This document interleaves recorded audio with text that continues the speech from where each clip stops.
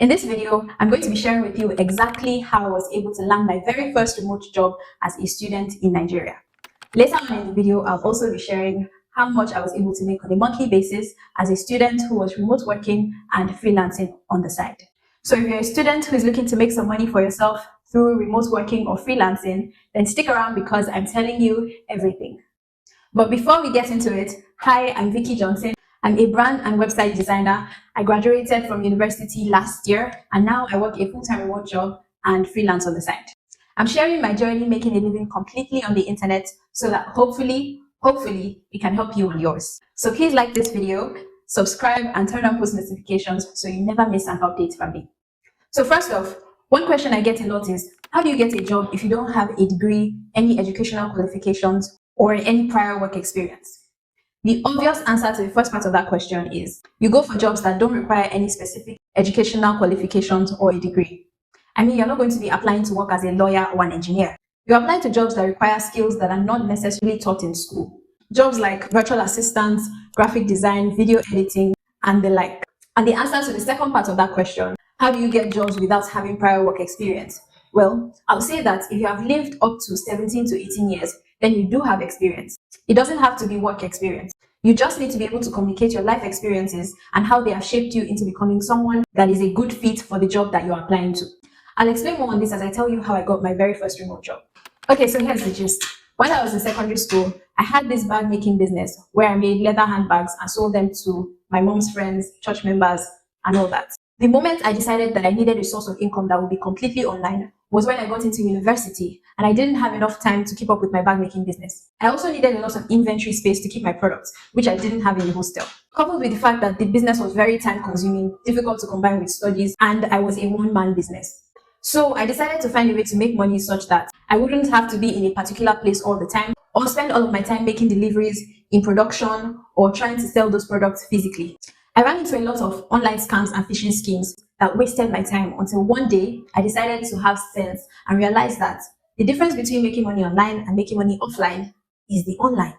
I mean, it's the same process of exchanging value for money. So why was I falling for all these schemes where I wasn't offering any value, but I was being promised that I would get paid? Sometimes, now we do ourselves.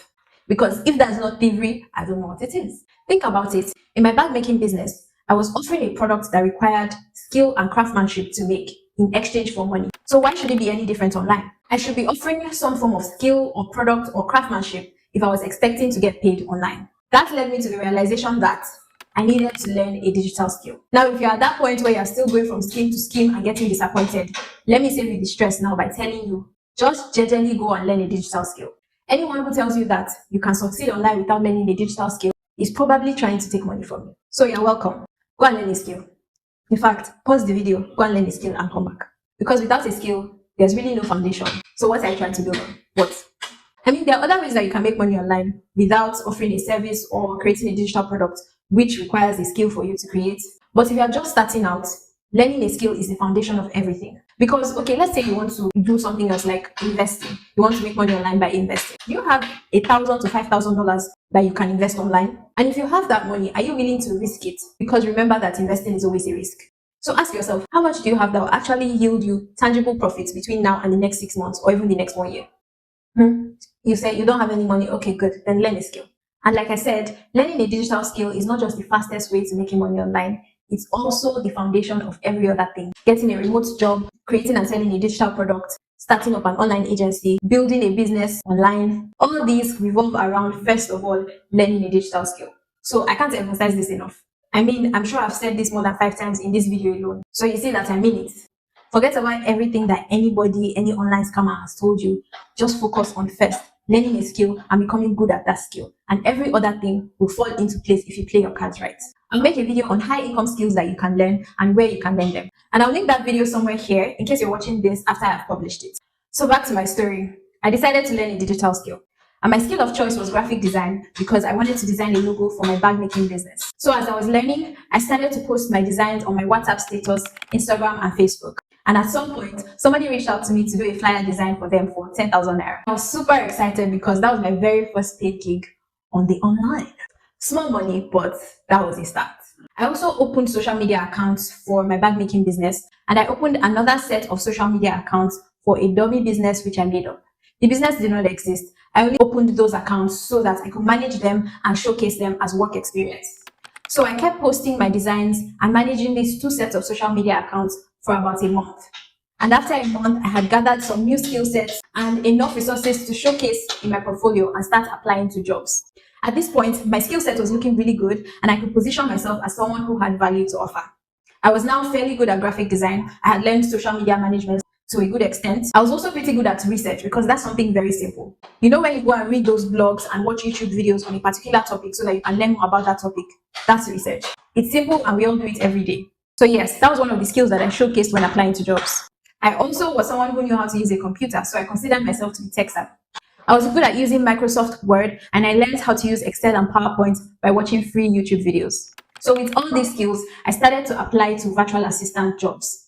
Basically, a virtual assistant is someone who assists a business or an individual with administrative tasks, sometimes social media management, day-to-day operations. But the beautiful part is that all of their job is done completely online.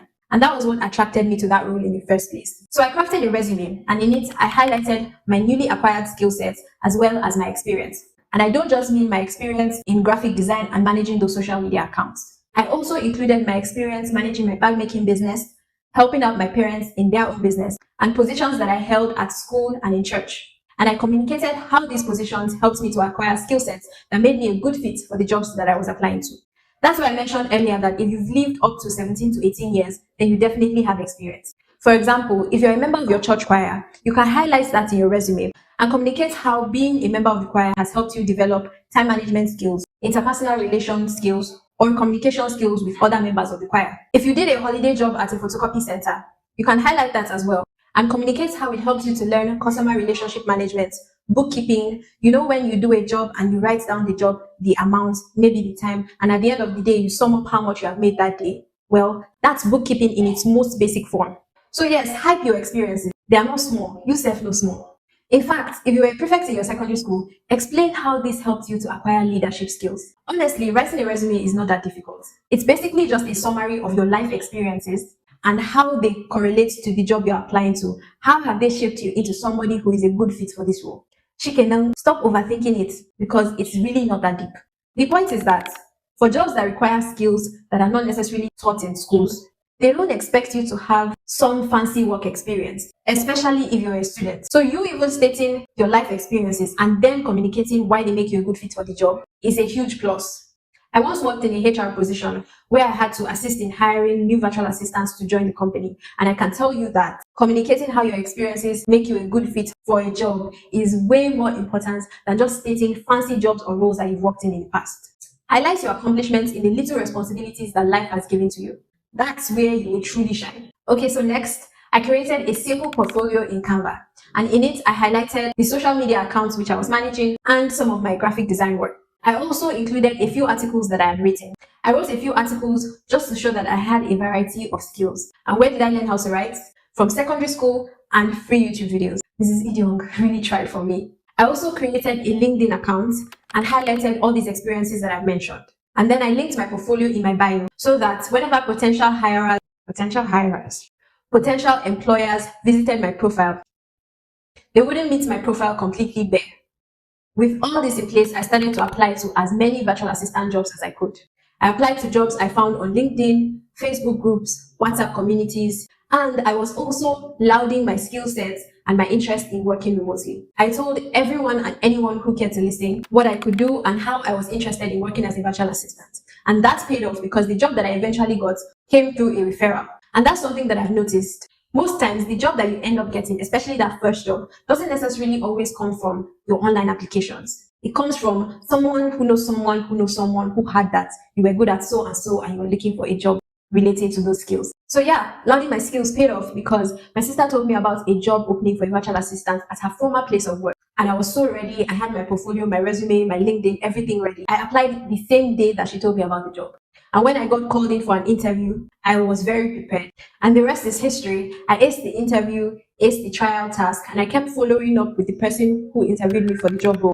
I wasn't bugging them, but at the same time, I wasn't laid back or relaxed about it. So I would send an email to them every now and then, just asking how the hiring process is going. Sometimes I'll send a design that I did and say, hey, I thought it might be useful for you to know that I also design or I also write. Just checking to see if the position is still open, and basically just reminding them that I'm here and I'm very much interested in the job. And to be honest, I think that played a huge role, because many times when you apply for a job, you're not necessarily the best fit for that job. But if you keep in communication and you keep following up, I'm not saying bug the HR, no, but from time to time, send an email, send a follow-up. That really helps to keep you front and center in that hiring process. And you'll most likely get picked over someone who just applied, came for the interview, and forgot about it. So yeah, that's how I got my very first remote job as a student. And now let's get into how much I was able to make on a monthly basis, working remotely while studying and freelancing.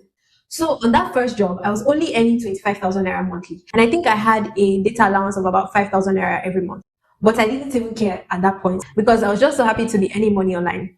And then for my graphic design, I was making around 40,000 naira monthly, sometimes 50, depending on how many designs I was able to do in a month. So in my first year working remotely and freelancing, I would say I was making an average of 75 to 80,000 naira monthly. And then in the second year on that same job, I was making 100,000 naira monthly because I got promoted a couple of times. I'd also gotten a lot better at design, so I was able to charge more. And from freelancing as a graphic designer, I was able to make around 100,000. So on average, in my second year, I was making around 200,000 naira monthly as a student, working remotely and freelancing. I maintained this income for a while, and then in my final year, I took on a social media management job that was paying me $150 monthly, and then that was about 120,000 naira. And I had also learned web design, so I was trying to transition from a graphic designer to a website designer. And I would take website projects about once in 3 months, or however I could manage them. So on average, I was making around $200 monthly from web and graphic design, which would translate to about 150,000 naira. So in my final year in school, I was making in total an average of 400,000 naira monthly.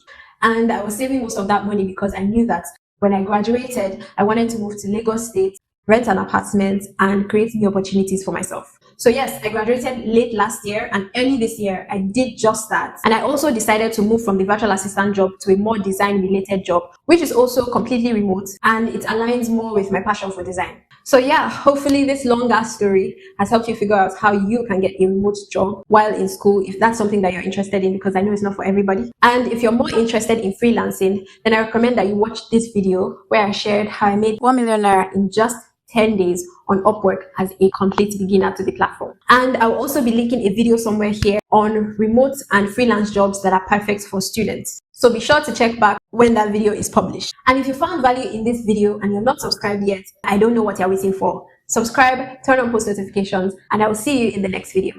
Ciao.